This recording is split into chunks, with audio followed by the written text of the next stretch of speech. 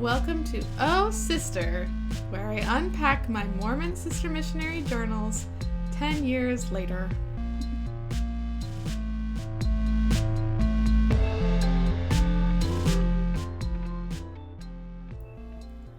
So this week in my journal, we have some essential oils coming into the story, and when I was reflecting on I guess just the week and my experience when I was a missionary / just as I was a very believing Orthodox Mormon woman, I had this sense of seeing myself as one of the more intellectual Mormons, and I had this,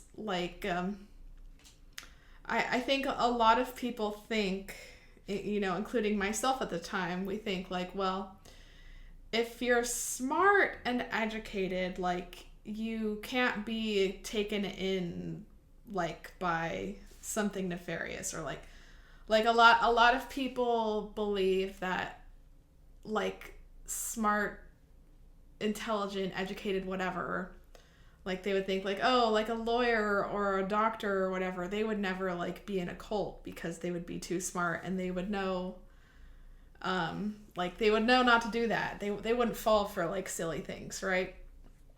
That's kind of, a general conception that floats in our society, at least in my experience. And I certainly had that in my thinking as well at the time.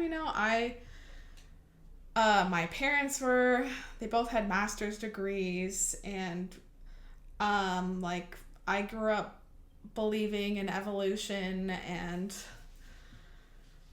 when I heard some of the more conservative anti-science talking points in church, like people in church or in my area talking about them, I would go home and be wow, this, this isn't real, right? And it's yeah, no, science is real,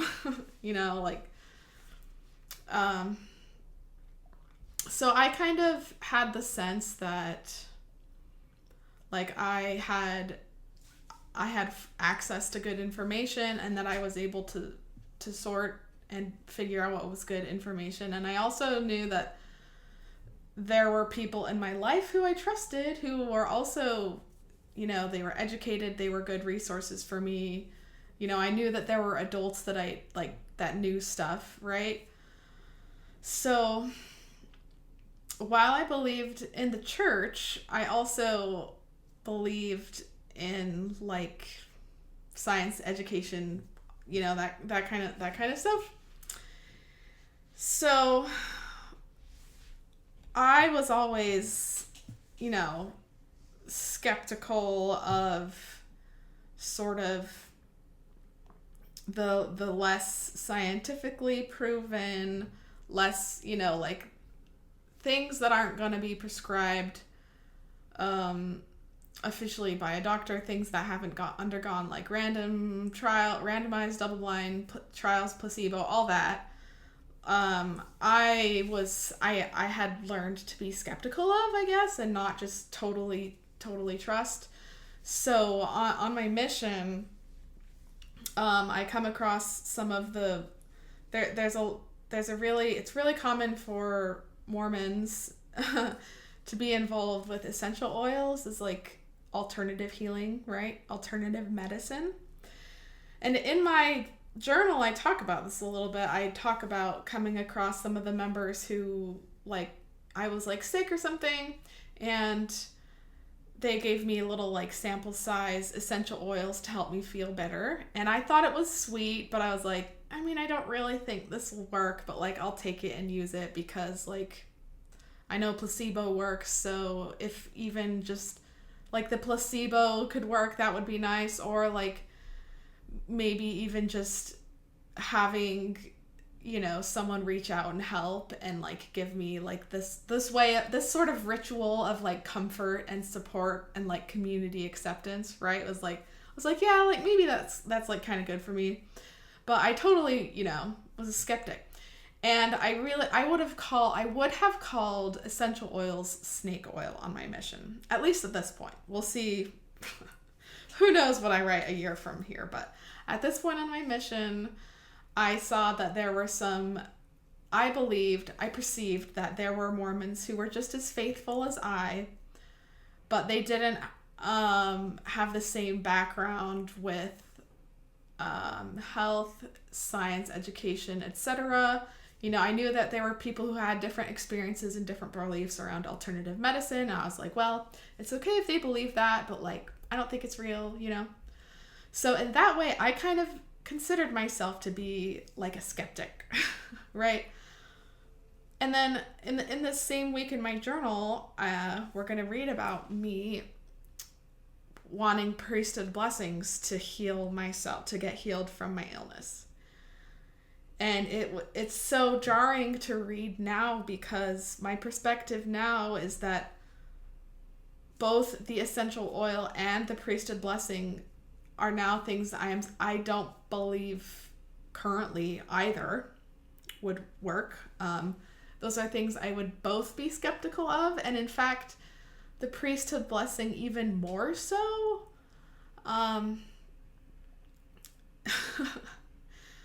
I guess if you don't know what a priesthood blessing is, one of the main truth claims for the Church of Jesus Christ of Latter-day Saints, or the Mormon Church, is that Joseph Smith restored Jesus Christ's original church from the Bible times to our modern day in America. And Jesus visited him, and Heavenly Father God visited him, and over the course of his life he was visited by different angels and prophets who gave him God's priesthood power. And so there's been a recorded direct lineage of him giving that priesthood authority and power to men. And so if there's any LDS man, or I guess person, if there's any LDS person who's been given the priesthood power at this point in time, they can trace their ordinations back up to Joseph Smith. And that's one of the key elements of why I, as a missionary, was going around talking to people, because I was like, yeah, I know you already believe in Jesus or whatever, but Jesus came back. He came back and he was like, hey, I want my church to be back, and here's my authority and power to do everything right, And so, and part of the priesthood is the gift of healing, right? So, and also advice, wisdom kind of thing. So I learned growing up that if I was sick, or if I was struggling with a really big decision that I needed help with, and I was praying but I still didn't know, I could go ask some man who had the priesthood for a blessing. And if it was a blessing for advice or wisdom, then they would put their hand on my head and say the special words that you're supposed to say to invoke the power of God, and then they would just talk and say a prayer. We both have our eyes closed. They would sit there and say a prayer, and the idea was that they were the mouthpiece of God. And then in my experience of that was, God is literally talking to me right now, so it's way easier than praying, because I don't have to just try to figure out through my feelings what's going on. It's clearly words, okay, here's what God says, perfect, all right, I'll do that. And then if it's a blessing of healing, I could go get my little white handbook, because it has the direct words, but I won't bother. If there's a blessing of healing, they put their hands on your head, and it could be more than one man, but there's also this little they're supposed to have a little consecrated olive oil that they say a special prayer to bless the oil, and then they'll drip a little bit of oil out, a drop of oil on your head, and then say the blessing. So it's a little bit extra ritual for if you need healing, right? So it's just interesting for me now to look back on this and see how I thought that I had full awareness, and I thought I was a skeptical, as educated as I could be, 19-year-old. I thought I could see through deception or whatever, or scams. But I was so believing of the church that I was like, yeah, of course, if I'm sick, I should get a priesthood blessing because that will make me better. So that's interesting, right? So I think I'll for sure talk about MLM culture in Mormonism, because surprise, surprise, the essential oils are part of an MLM, and that's like a whole, like another big topic of like the cultural and theological whatever phenomenon of the Mormon experience. But yeah, that's my snake oil skeptic cognitive dissonance.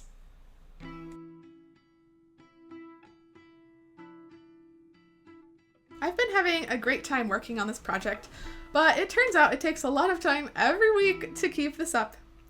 If you have the desire and the means to support me financially, it really helps a lot. Of course, I do have the disclaimer that your donations will not bring eternal salvation for you or anyone else. But there are links in the description where you can make a one-time donation or sign up to be a monthly patron to support this and my other creative work. Okay, back to it.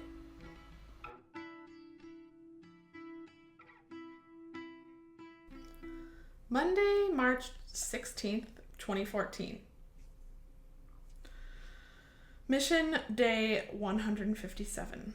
Also, for some reason, I was writing the previous year. It was actually 2015, but sometimes when I'm writing in my journal, I turn on autopilot and I write the previous year, so that's kind of fun. Okay. I lost my zebra pen again, so I'm going with a 0.5 millimeter Pilot for now. It's not as awesome, but what can you do? Smiley face. This morning my throat was ridiculously sore, and I can't figure out what brought it on. It feels about like the time I almost choked and scratched up my throat in the process. Anyway, it was a little tricky to talk today, and I used the end of P-Day for a nap. However, I did talk with the checker at Walmart and gave her a #BecauseHeLives card and invited her to church, which is one of the best contacts I've done so far. Yay! Also, in my weekly email, I focused on inserting my growth, my testimony, things I'm learning. So that's good. I had a nice study this morning.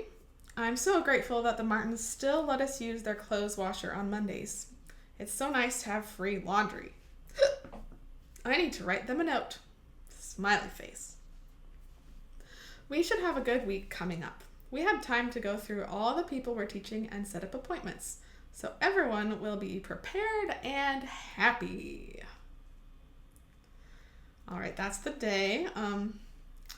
Wow, you can really see my focus is like, I just got to make sure everybody's prepared and everybody's happy. Just saying it right out loud. I guess it's not super vital information, but just it's kind of maybe fun to know. I started getting really picky about pens on my mission because there's this like, at least in my mission, there's like this missionary culture of like caring about pens a lot. I guess it was one of the few things we could like explore, without like getting it, like, ooh, what different pen am I going to use in my planner and my journal? Oh, I don't know. Yeah, so I never really cared about pens before this, but one of my companions, I can't remember if it was my first or my second, but she used the Zebra brand pens, So I was like, cool, I'll do that too. And they were expensive. They're really expensive. So it was honestly, I probably should have just bought like regular ballpoint pens because that would have done the job. But I had sort of this pressure to make my journals like archival quality like as good as possible, you know? Because it was like the scriptures of my life. So I spent the money on the expensive zebra pens. And then, of course, I lose them a lot because I have ADHD. And I didn't even know that at the time. So I just felt bad whenever I lost stuff. And so there was, you know, like the gel, the kind of liquidy gel pen. And I had that and I used it. And I didn't like that it was would kind of bleed through the paper and make it a little bit harder to read. So that's what I was talking about there.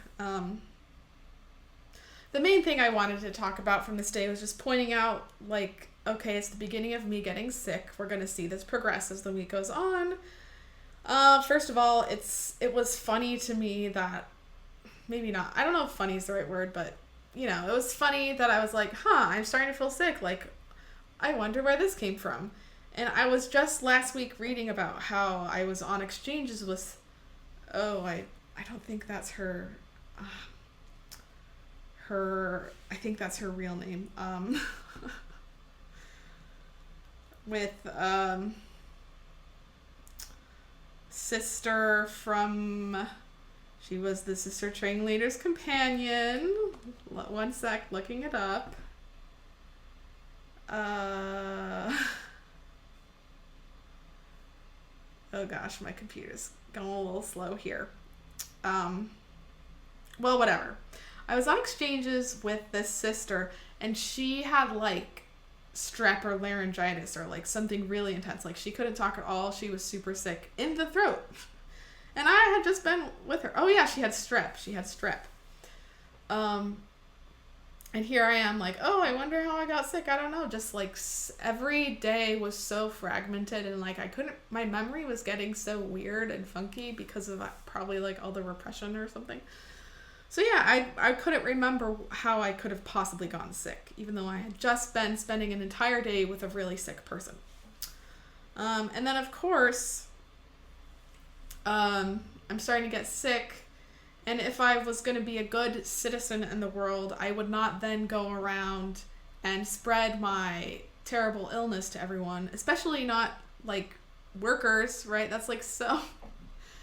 Well, I think it feels a little bit more emotionally intense for me in like the, you know, post COVID-19, all that, you know, like having lived through the beginnings of the COVID experience, right? Now I'm like, if I'm sick and I have to go out and about, I wear a mask because I don't want to make everyone else sick, even if it's not COVID.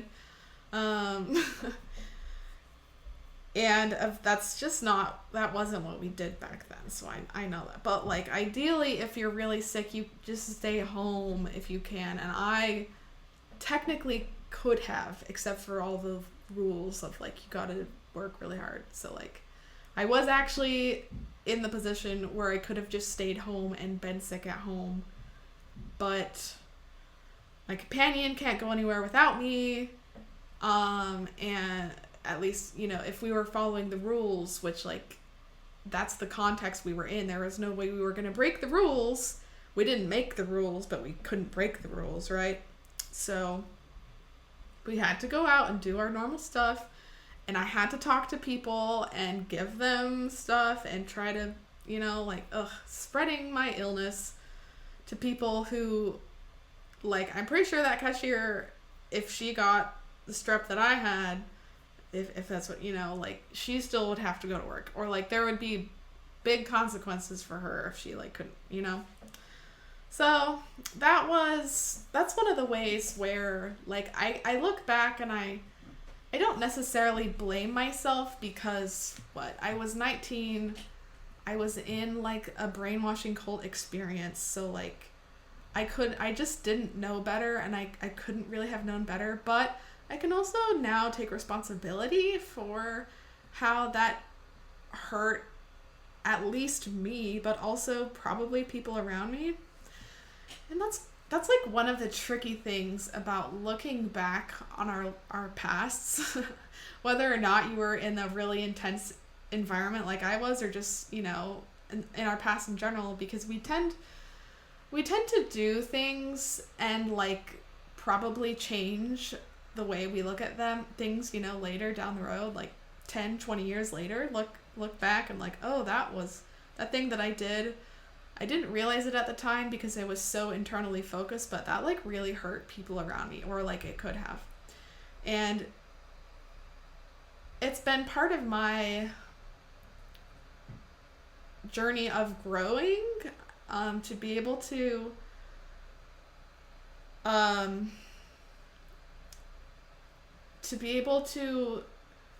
handle the unpleasant emotional experience of accepting that I didn't have enough information to do better, and also I was and am responsible for the ways that I impact other people, even if it's not on purpose, right? Or even if it's not my intention.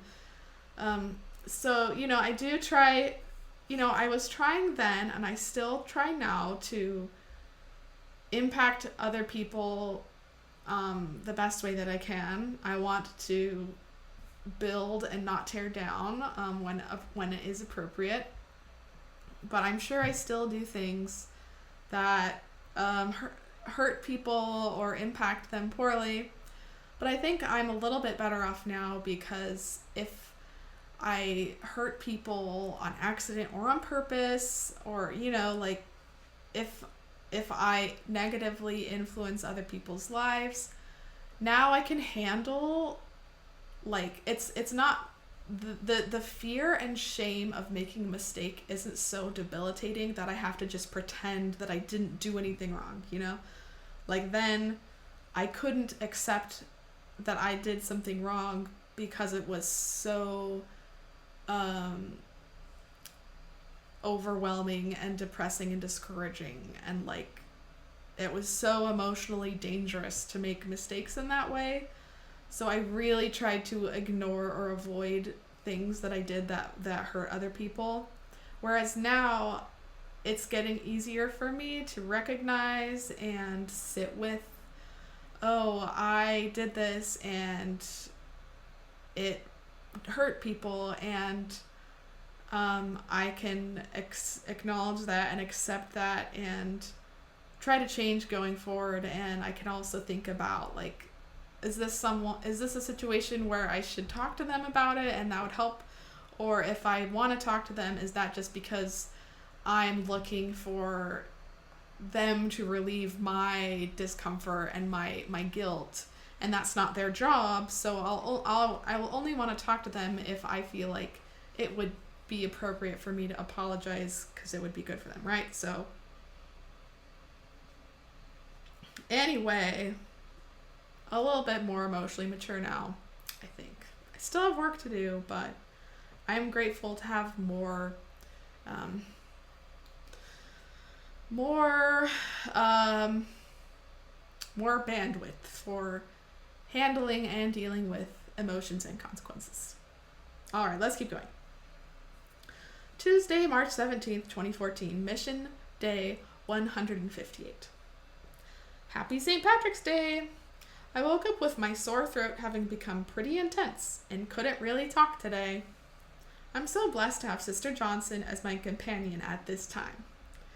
She is able and willing to do every prayer of the day, 100% of the teaching, and even to go home and watch movies toward the end of the day. In our lesson with Jessica this morning, her friend Iris came in at the end and read 35:17 with us. We had an awesome, contention-free discussion about the sacred role of motherhood and Christ's example in his love for children. She said after church, Isabel and her sister informed her they would be doing before-bed prayers together. She accepted a copy of the Book of Mormon. She is beginning to see the fruits of the gospel. I may not be here to see it, but she will accept it someday. There we go. A little bit of an insight as to where I was developmentally. It was St. Patrick's Day of 2012 would have been. March of 2012 that I went to my junior prom. Yeah, because I graduated high school in 2013. So this was just 2 years. That doesn't feel right. Oh no, it was 2015, right. I had the wrong year. Okay, so it's been 3 years. But it's only been 3 years since I went to junior prom. Like, I was just a kid. I was still a teenager. You know, it's like, wow, this is... I look back, even just me being like 22, 23. I was 22. I was almost 23, but I was 22 when I got married, and I'm like, wow, I was really young. You know? But wow, on my mission, I was so young. Anyway, hooray for Sister Johnson being, recognizing my humanity at this time, you know? I think I and my perfectionism and compulsion to be just faithful and obedient to all ends, like I would just work myself to the bone and like probably work myself to the hospital if left to my own devices. So fortunately, Sister Johnson was willing to take on the responsibility of saying, Sister Finlinson, I know you want to just like work like too hard, but like you're sick and we have to go home. You know, like and actually this came up, I was talking about this in my therapy today, of how I still struggle with feeling like I have the authority to give myself permission to do things. Like I still feel now compelled to get other people's approval first before I do something, because I'm like, oh, that's like my permission to go do it. And I've been working on that and it's been getting better, but like it's still a thing, right? And I can see it here where I'm sick on my mission and it's getting bad. It's to the point where I can't talk, but I still would have just gone and worked and made it work. But then Sister Johnson she made the call. I wouldn't do it because I was too afraid of messing up. She made the call, like, no, we're done. Like, you can't do this. So, interesting.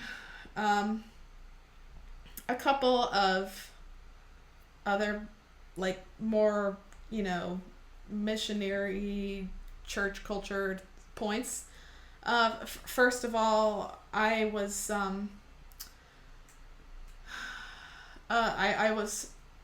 I caught a red flag of kind of misogyny, church misogyny, whatever. When I was talking about, I was meeting with two, I don't know if they were both single moms, but at least, you know, they were both, at least Jessica was a single mom, and her friend Iris, if not a single mom, was in extreme financial distress and was definitely going through stuff. And the lesson that we chose to teach her, we taught her about, one, motherhood, because when you're a really fundamentalist Mormon like I was, women are not just women, they are mothers and wives. It's always, the focus was on the relationship to other people, your children and your husband, you know? So,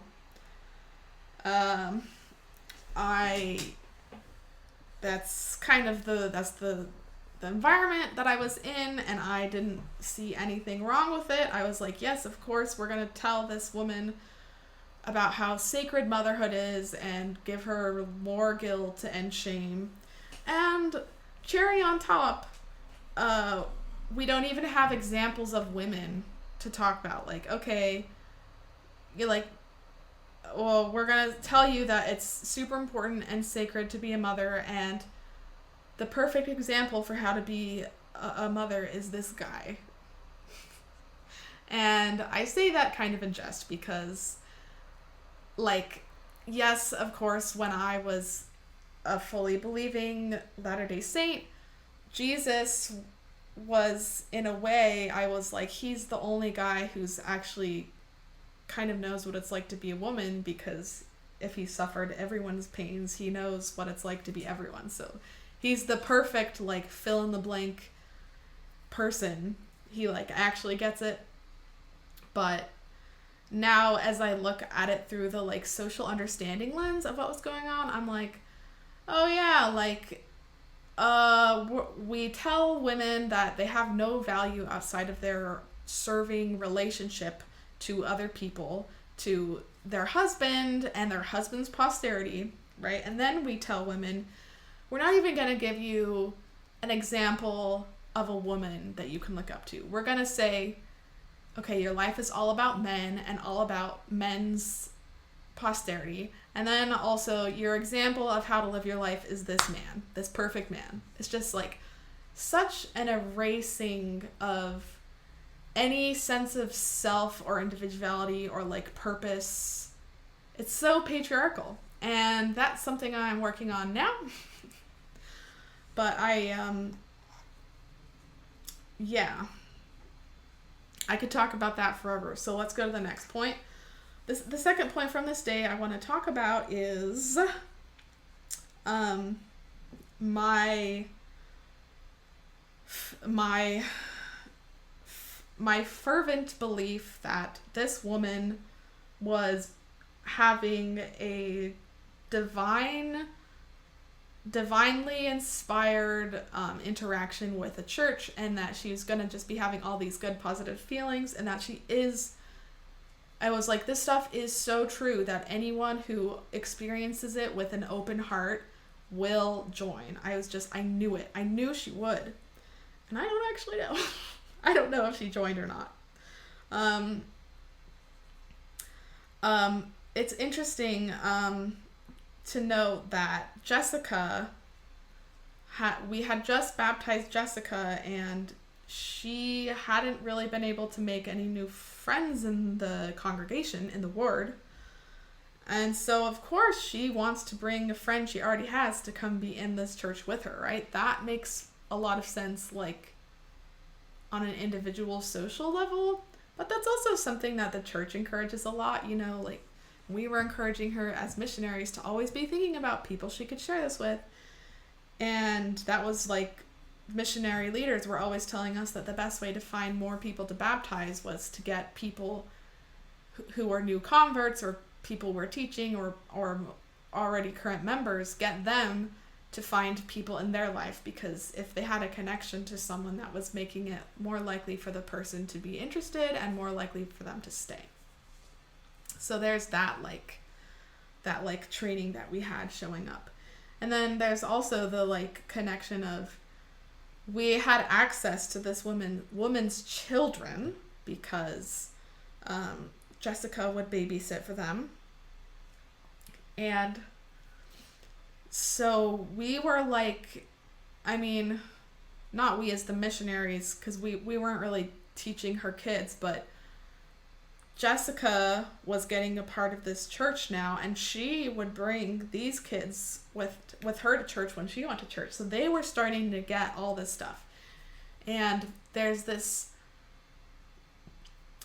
at least from what I've seen, there's this general consensus in the US that if someone is like praying to Christian God, especially if they're kids, it's like a very sweet, good thing, and that's like gonna be wholesome and good for them in the long term.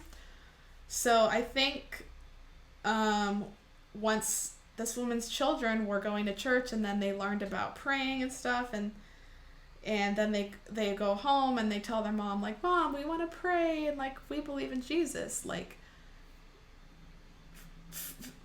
her her emotional reaction to that is likely to be positive and be like, oh, this is a good influence on my family. Like, this is something that's like very sweet and I should be interested in, right?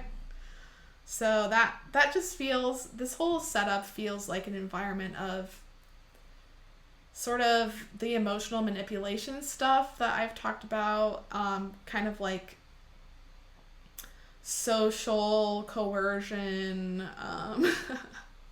and certainly she didn't have informed consent about what she was starting to get into.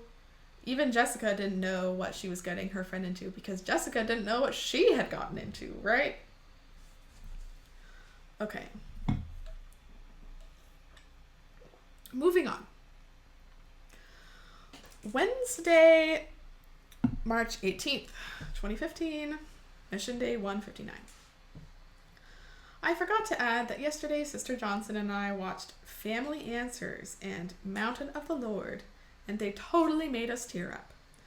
Having sister missionaries watch movies is kind of funny.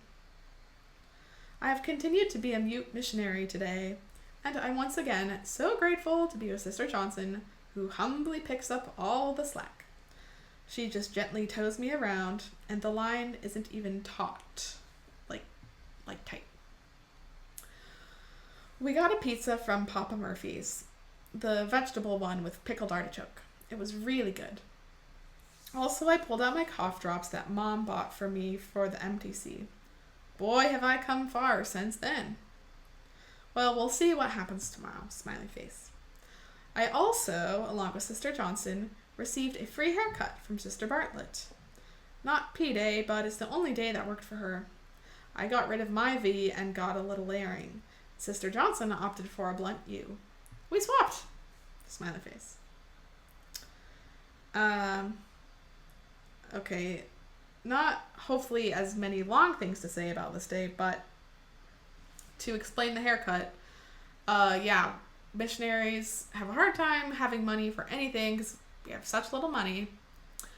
And so it was always really nice if there was someone in the ward, usually a woman, who could cut your hair for free. There's once again the sort of social expectation of women being able to do labor that's helpful, but being expected to do it for free. And anyway, Sister Bartlett gave us haircuts, and we're supposed to do haircuts on P-Day, but she wasn't available on Monday, so we had to do it on Wednesday like sinners. And I changed my hair. Sister Johnson and I swapped the way that our hair was cut, which is maybe just like a funny coincidence, but also could be an example of how if you're around someone for 24 hours a day, 7 days a week, never like in a different room, like probably the way, like they're the person you look at the most. Like I was around her more than I've ever been around my husband. You know, like when we were together, we were always together.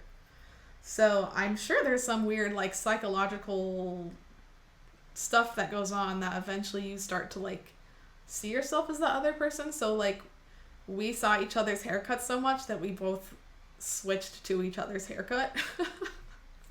I don't really know if that's happened, but I wonder.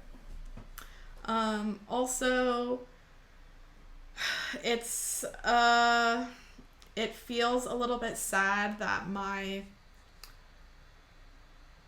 expectations for who I was going to be around were so low, or like I guess I knew that I just didn't have control over who my companion was, so I was like, oh boy, if I was sick and my companion was like not patient and like was getting mad at me all the time, like there would be nothing I could do about it. Like I didn't write it in this way. I just wrote that I was grateful that I was with her because she was so nice about it. But the other thing that I wasn't writing, but I kind of felt was like, if I was in an abusive situation, I wouldn't be able to do anything about it. So I'm really glad I'm not. Which is wild, right? That's wild. And the last thing from this day is talking about when we were watching stuff that made us tear up. So those are Family Answers and Mountain of the Lord. were Mormon messages. I've talked about those some. If you skipped those episodes, Mormon messages were, I mean, I'm sure they still exist because they like were made like full production value with like composed music and actors and stuff, but it's these short little clips of video with some sort of spiritual message, usually went along with snippets of some like apostles talk from General Conference or something, and they're designed to be emotionally impactful. But of course, I have this internalized misogyny that, one, emotion is inherently feminine and also inherently like kind of demeaning and like something to make fun of. Like, I had that perspective of like, oh yeah, like women just cry at everything and like haha, it's like embarrassing and funny and like stereotypical and like true, and like, you know, women are emotional and hysterical and like they have the spiritual gift of like being able to cry, but like we can't trust women to like do important things, you know? I really believed that. But it was like worse on my mission because it was like there was this really strong gender policing going on between elders versus sisters, especially since we were both missionaries. So that was like, well, if we have the same job that we're theoretically doing, and this was like one point in my life where I was set apart and ordained like with priesthood authority, so I like had authority. I didn't have the priesthood, but I like had the priesthood authority to preach God's word, in the same sense that like the men did, even though I didn't like have the priesthood. So because of this sort of similarity in our social standing, that it was, as now I can see how there's like, it was more important to gender really, really hard. So the elders, the young men, they had to be extra men, extra unfeminine, extra whatever masculinity is, they had to be that. And sister missionaries had to extra perform appropriate femininity. So we weren't supposed to like cross the line into anything that wasn't super conservative and respectful, but we were supposed to be like conservative, super feminine. And there were these jokes that now I can see are really like not cool and misogynistic, of how sister missionaries are more emotional and they'll just cry at anything, and they're like so sweet and like also like not strong and like probably can't be trusted for like really important stuff, you know. But yeah, what I wrote, having sister missionaries watch movies is kind of funny, because I just thought that, where I was like, oh yeah, look at us fulfilling the stereotype that we're sister missionaries and we're women and feminine and emotional and hysterical, you know? Pretty sad looking back. And I guess I'll just say, like, I do not believe that watching something and crying is like bad, you know? But I also don't think it must be decided by your gender as to whether or not you cry when you watch something. And I don't like jokes about women being like feminine, and it's funny because we hate femininity, right? I don't like that.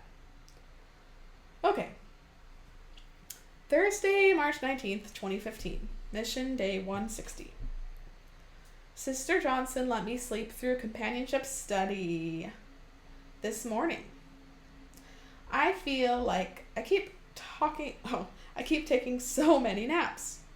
I'm so glad that Sister Johnson is my companion and isn't mad at me for being sick. John and Sarah Crawford fed us dinner today, and it was really fun. We had grilled pork chops and the brand of pasta salad that Sister Johnson's family buys. We read Alma 56, The Stripling Warriors, and vicariously taught Sarah by teaching Rocco and Eddie, smiley face. We invited Sarah to the women's broadcast on the 28th. I hope she comes. It's so easy to just go to lessons and not pay attention since I'm not involved. Good learning experience to remember to have the investigator teach 50% of the lesson. Okay. That's all I said on this day. So, once again, I'm getting more sick. I had to sleep in. And I'm taking naps. And once again, I'm writing that I'm like, oh gosh, I'm so glad Sister Johnson's being nice and she's not mad at me for being sick. So now I'm kind of reading between the lines of like, okay, I'm mad at me for being sick and I'm projecting. I'm expecting her to be mad at me because I'm projecting and I'm mad at me. So that's sad. I don't like that. But yeah, it makes sense. Also the Crawfords, John and Sarah. If I'm remembering these people correctly, which maybe I'm not, John was a member and Sarah was not, and he wanted his wife to get baptized, and she was, like, not really interested in religion, like, organized religion. I think she was, like, vaguely spiritual, vaguely Christian, but didn't want to go to church. And so we had kind of talked with him about this and kind of got his, like, insider scoop. So since then, when we would meet with them, we would, like, try to find ways to cross her boundaries in what we felt was a sneaky way and what we felt was appropriate because we had the gospel truth. Now we would cross her we would ignore her boundary of she doesn't want to join a church, and we would teach them stuff that was really meant for her to want to join the church. So I even wrote in here that we vicariously taught her by teaching her kids. So, you know, they had two, like, baby age kids, baby toddlers, you know, or young kids, if not baby, but so we're like, yeah, we'll do just like a little basic kiddie lesson, and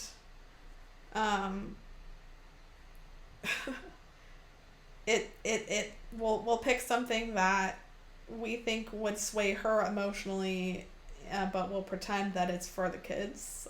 So yeah, that's one of the ways in which it was totally normal and expected and trained for us missionaries to ignore people when they said no, not interested. So that's another thing, you know, that's not cool about missionaries is often we get home and we've been learning how to ignore people's boundaries, and sometimes that just makes us annoying to be around for a while before, like, hopefully we learn better, but sometimes that, like, becomes cemented into someone's way of being in the world. And, you know, there are some women, but especially men, who go on missions and they already had a bad ego, they already grew up seeing that they're the bee's knees and they have authority over every woman. And then they go on their mission and they learn that they actually know better than other people, and even if someone says no, you can ignore that and do what you know is best anyway. So it's pretty common, in my experience, for return missionaries, especially return elders, to be just really bad about ignoring and pushing boundaries, which clearly can lead to problems with dating and marriage.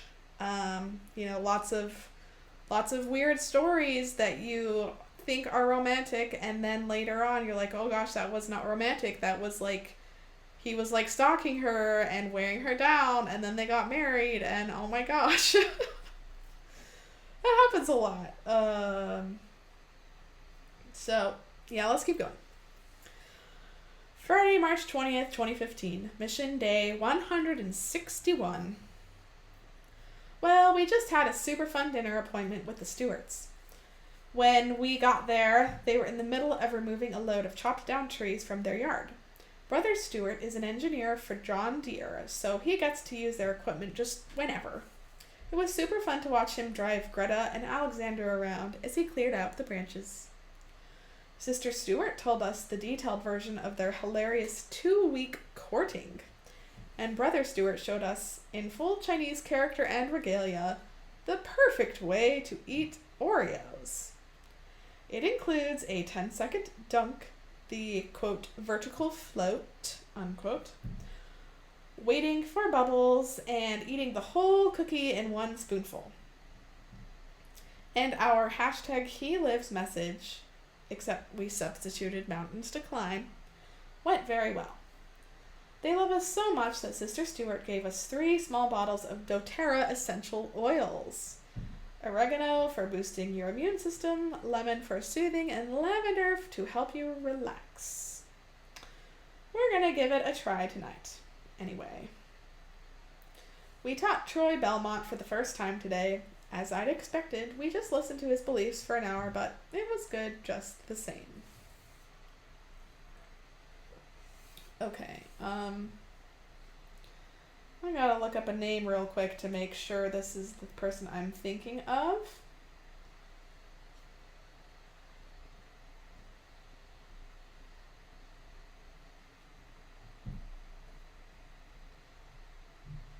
Yes, okay.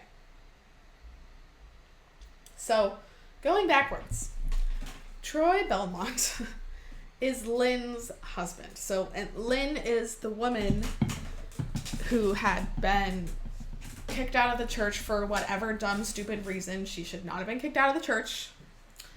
So she still believed in the church. She just was forbidden from attending and ruining the people around her.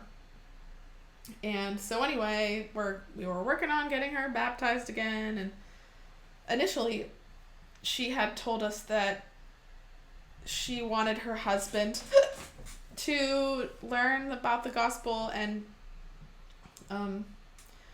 she kind of told us, like, look, like, I love you girls, like, you're my girls, and, like, you're the ones who brought me back, and, like, but Troy, he's gonna want to talk to a man. Like, partially he doesn't want to talk to kids who are missionaries, but also, like, he wants to talk to a man, because, like, he grew up in patriarchal US too, so that's in him too, right? And we were like, oh yeah, totally. But it's interesting that we ended up meeting with him anyway. I didn't write, maybe we met with him but also, like, the bishop was there, or, like, we were sure to bring like a ward member who was, like, an adult male. So more of the talking was between them than between us. I don't remember. But that kind of stood out to me because I had written about the earlier conversation with Lynn. Then going back, when I was writing about the different types of oils, I wrote about, oregano's for this, lemon's for this, lavender's for this. It's like, I wrote lavender is to help you relax. I also wrote parentheses question mark on parentheses. And maybe I was just like, I think I was just kind of like, oh, am I remembering this right? Like, I'm not sure. But also I think beneath that, like, misremembering was, like, kind of me wanting to show, like, my skepticism. Like, yeah, like, it was sweet of them to do this, and, like, this is what they said, but, like, I don't believe it, so yeah, I was like, yeah, sure, I'll try it, but yeah, we'll talk about this more the next day. We'll talk about if it helps or not. Here we have some, I guess, yellow face content warning. You know, Brother Stewart, he got... I don't remember this, and I'm kind of glad I don't remember it, and maybe I kind of blocked it out, because even at this point on my mission, I hope that I would have been a little bit uncomfortable, but maybe not. But, so I'll just read again what he did. He dressed up, and he put on some sort of Chinese character, whatever you could imagine a white Mormon man would do. And then he did some sort of silly trick about how to eat Oreos. And I can remember that it was like a thing. It was like a party trick that he had, and like his kids thought it was really funny, and they kind of knew the routine. Like his, he has like super little kids. So it's like something he had done before. It wasn't just like a one-off, like, ooh, that was kind of embarrassing. And,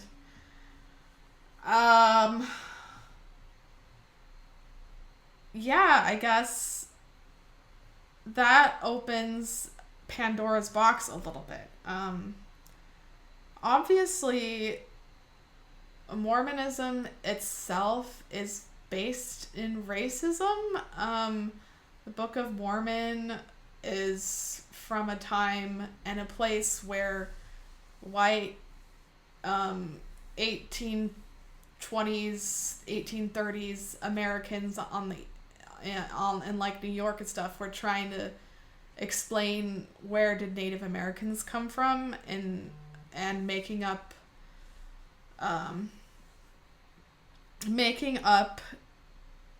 stories to explain, and it's bad.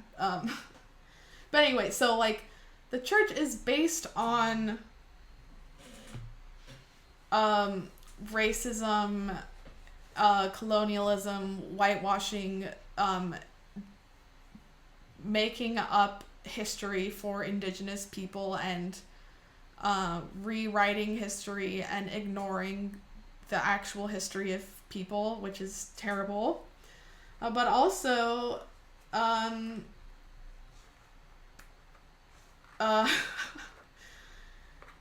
the Mormon culture, in my experience, is socially quite behind. So things that were acceptable in rural areas in the 50s are often still acceptable, but would now be considered uncouth, because people are like, oh yeah, that's like weird, that's like making fun of people that actually we shouldn't make fun of them, because like historically this group has been treated terribly, and we shouldn't joke about this, right? But it's still common for things that are clearly faux pas to the rest of the surrounding society. There's something about the LDS culture that it's just so homogenous, maybe, that it's really easy for, I think, especially white people, white Mormons, to make these kind of mistakes or microaggressions or whatever it should be called, to do distasteful, hurtful, harmful, racist things, not even realizing, right? Not realizing that it's bad, I think. And actually, reading about this, I remembered that when I got home from my mission and I was at BYU, that there was a Halloween that I dressed up as Mulan, because I always liked dressing up for Halloween, and it's really good social brownie points to dress up as a Disney princess. And I suppose, and there's an argument to be had that we shouldn't race police or ethnicity police people on who they want to dress up as. I know that can get a little bit complicated and a little bit messy, but I'm sure that there is a way to respectfully and appropriately, as a white person, dress up as a non-white, as a, for example, to dress up as Mulan.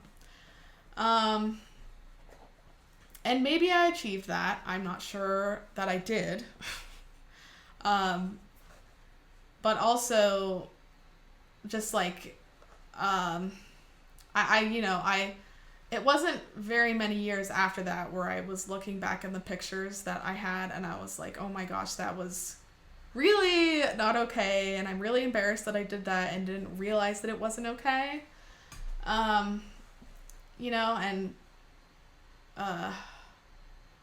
So like, I guess I can understand somewhat how this Chinese character Oreo thing came from, but also I don't know, it still feels a little different, and maybe it's not, but I don't know. I think there's something about the intention to make a joke out of something. Like, looking back, it's still the way that I was dressing up still feels disrespectful, but I wasn't trying to make a joke about it, whereas this was. So I don't know, but I guess I don't really have a thesis here. I don't have like a full conclusion, but I just want to talk about it because it still probably happens, sadly. Like, I think this is still probably something that missionaries run into and participate in. Thankfully, I never saw anyone in blackface on my mission. That would have been super weird, but you never know.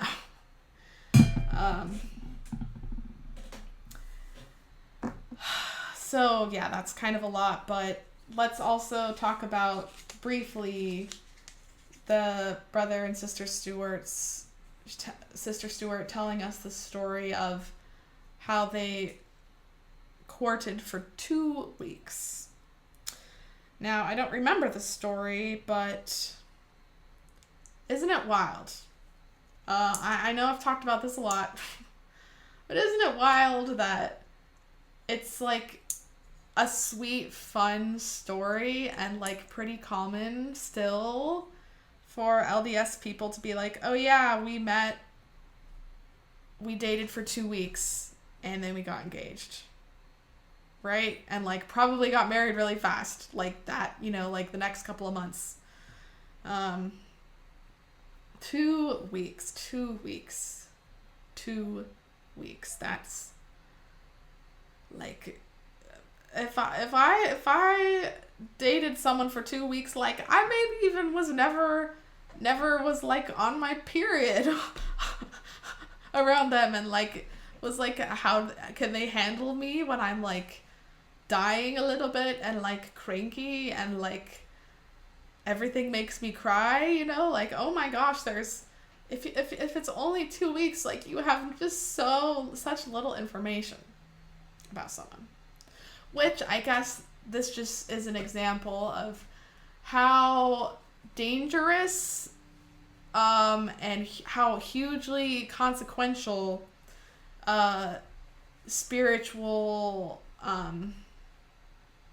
like Holy Ghost promptings can be in the Mormon context, at least, because it's like, if you feel good about something, then that's true and that's from God. So if you're dating someone for 2 weeks and you just super like each other and it feels really good and fun, in the Mormon brain, it's not only like, wow, this person is super fun and like we're having a lot of fun and like maybe this is the real thing, like I'm feeling good, this feels really romantic, whatever. It's like the meaning is, I feel good and this means that God tells me I should marry this person.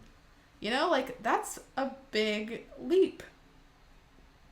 And I already know people from like my group of like graduating high school and getting married really fast and like having like already like 5 or 6 kids, that some of them are already divorced, or they should be if they haven't, and or they're not super happy together, but they got married when they were super young and they hardly knew each other. It's like, it's just this perpetual cycle that continues to happen every generation, and it's not good.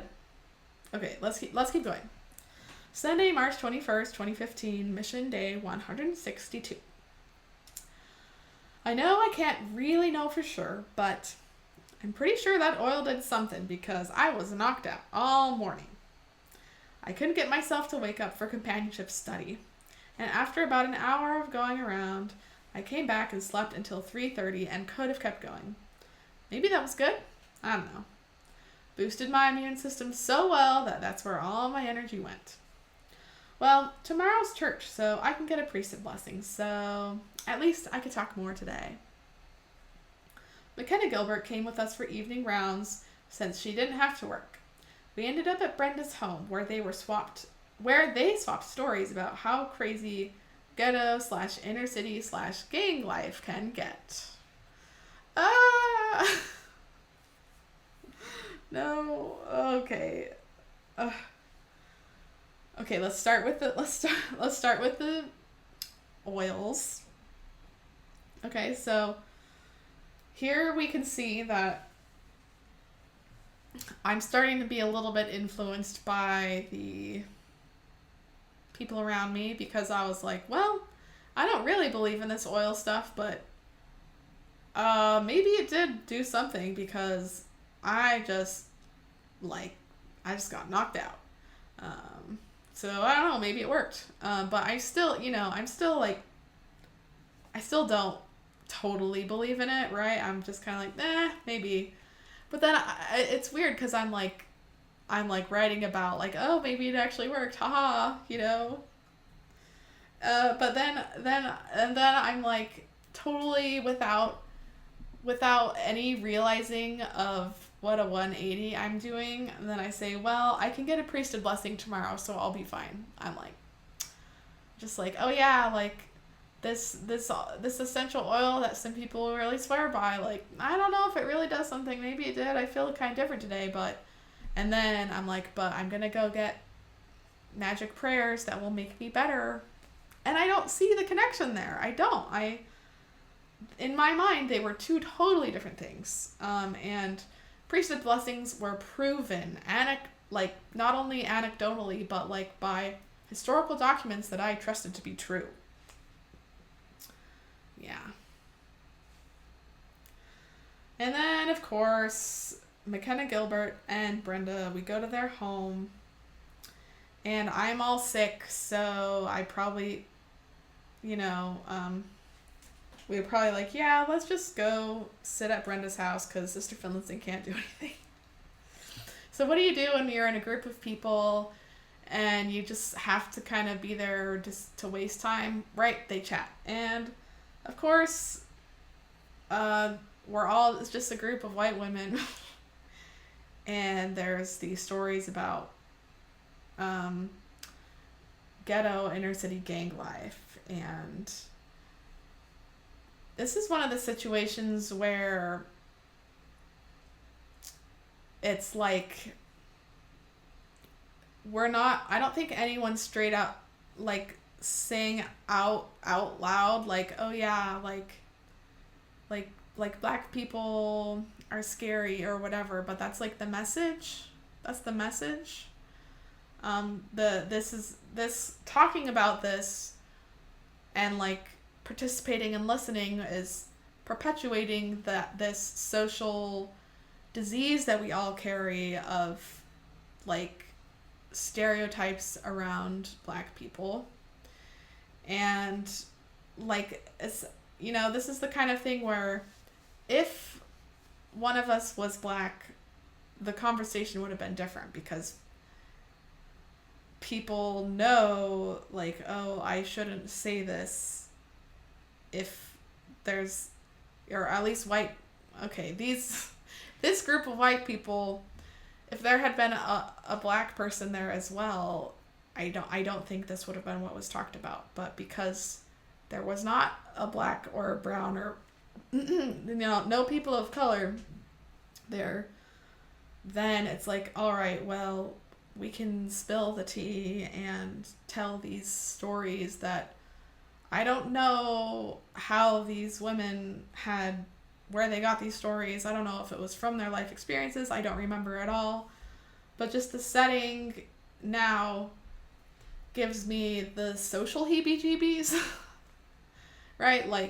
Like, it's something that I can't remember if it was uncomfortable at the time or if I just was kind of clueless, but if I was in that setting now, I would be very uncomfortable, and I would want to say, like, hey, can we not talk about this?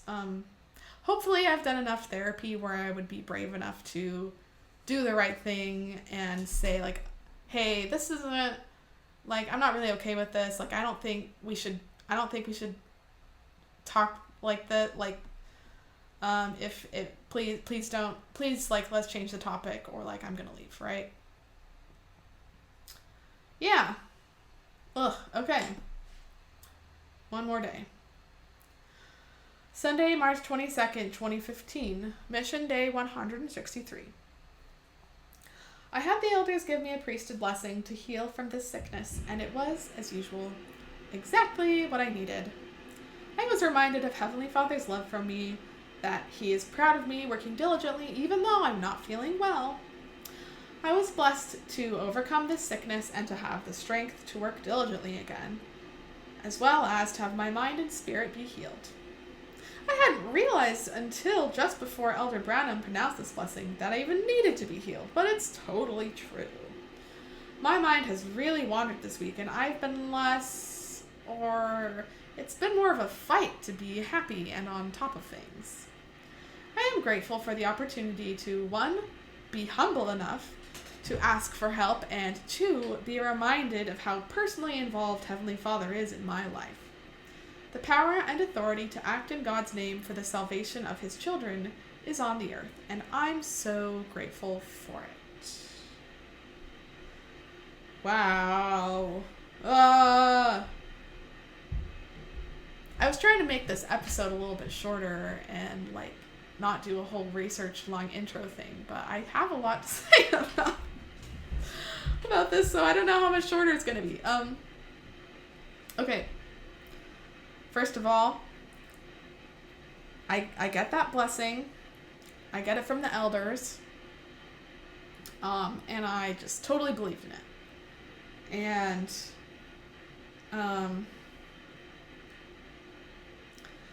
I guess the first thing I'm going to say is I was so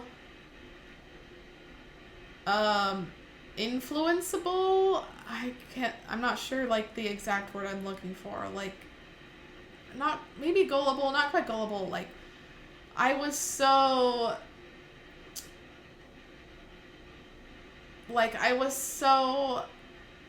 listening to whatever someone with the priesthood said, and, like, okay, yeah, that's true, like, I changed my mind, like, whatever you say, right? Oh, that I was like, I just want, please heal me from being sick. And then they say, okay, heal Sister Finlinson from being sick, and, like, let her work again, like, but also, in addition, please heal her mind and her spirit. And I'm like, oh yeah, of course, that's what I needed too. And yeah, I was wrong, and I didn't even realize that this is what I needed. And oh, God is so good. And, like, wow, they're inspired. But I was like, that's not even what I was really asking for. But it was like, once a man told me what I needed, I would retcon and go with this new updated story. And I look back on that now, and I see where many of my problems came from. Okay. Second.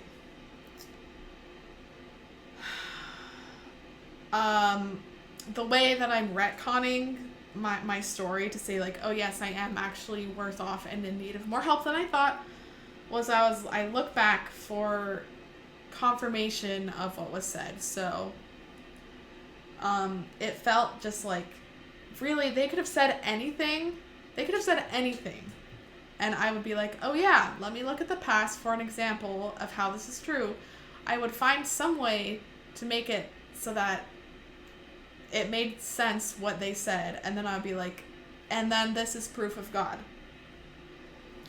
And of course, what I pick, like, have my mind be healed, I was like, oh yeah, well, this week I've really been unfocused. And like, that kind of just flags me as like, oh yeah, well, I was sick. So like, of course my mind was less focused. But I saw that as like a separate thing, but also like, I didn't know that I had ADHD, and this comes up a lot in my journals, that I'm feeling very frustrated that I'm having a hard time focusing and following discussions and like tracking, I just always am upset with that, and it never gets better, even though I get so many blessings, But yeah, I don't like, I'm pointing out the like self-blame and like always looking for reasons why I'm not good enough, and here it is. And then when it says like I need my spirit to be healed, the way I take that is like, I have to be happy to be spiritual, to like have the spirit. And the way I wrote it is so interesting, because I wrote, so I'm writing about happiness, which we see at the end of the sentence, but I write, I've been less ... and then instead of saying I've been less happy this week, I was writing that sentence, but then I caught myself and I was like, I don't want to accept or admit that I've been less happy, because I'm not allowed to not be happy. So instead, I changed it to, I said, it's been more of a fight to be happy. So I couldn't even admit to myself when I was sick that I was not happy this week. I had to say, it's been a fight to be happy. Like, of course don't worry, like, I'm still happy. Like, no problems. But, like, it's been a bit of a fight. Like, that seems really unhealthy. And then this next part, so I just was on a plane and took the opportunity to watch the first few episodes of the new show Severance, because I'd heard about it and I was like, I don't have access to it normally, so it could be cool to watch now. And it was so interesting. But this thing that I was reminding me really reminded me of an aspect of what like cults like Scientology do, and it's kind of like brought up in the show. That's why I brought it up. But there's this like creepy scene in the show where, I'm sorry if this is a spoiler, like skip ahead a little bit if this is a spoiler, if you want to watch the show. And it's a good show, so if you haven't seen it and you have the ability to see it, I highly recommend. But there's a scene where there's a character who's like kind of stuck in an organization situation that they don't want to be in, and the organization is using like kind of scary looking culty Scientology looking brainwashing tactics to convince her that actually she's in the wrong and she should be there, and that she has to, or they have to recite over and over this this like sort of self-defacing loyalty pledge. And it was weird to read this because it's eerily similar. The stuff that I was voluntarily writing in my journal is eerily similar to the like weird self-effacing message that this character who's written to be in like a creepy cult is saying, you know? Because I wrote, I'm grateful for the opportunity to be humble, you know? Like, that feels like weird cult mindset. And then I'm like, oh yeah, I'm grateful for the opportunity to be reminded of how personally involved Heavenly Father is in my life. Like, the power and authority to act in God's name is on the earth. Like, all these vocabulary words that are like from the church. It's not my word. It's like the church and all their language is like in my brain, and I'm like, I'm so grateful for it, and I'm so grateful to be put in my place. I'm grateful to be sick and to have men tell me what to do, and I'm grateful to be sick and have men tell me what to do and realize that I don't even know what I need and the men know what I need, and I should just ask the men every time, you know, like, that's really what was going on. It really is what was going on psychologically and actually. So it turns out you don't have to be in a weird room one-on-one with some trained cult brainwasher person getting you to read a script over and over until you brainwash yourself. You could just do it to yourself if you really believe. And I did.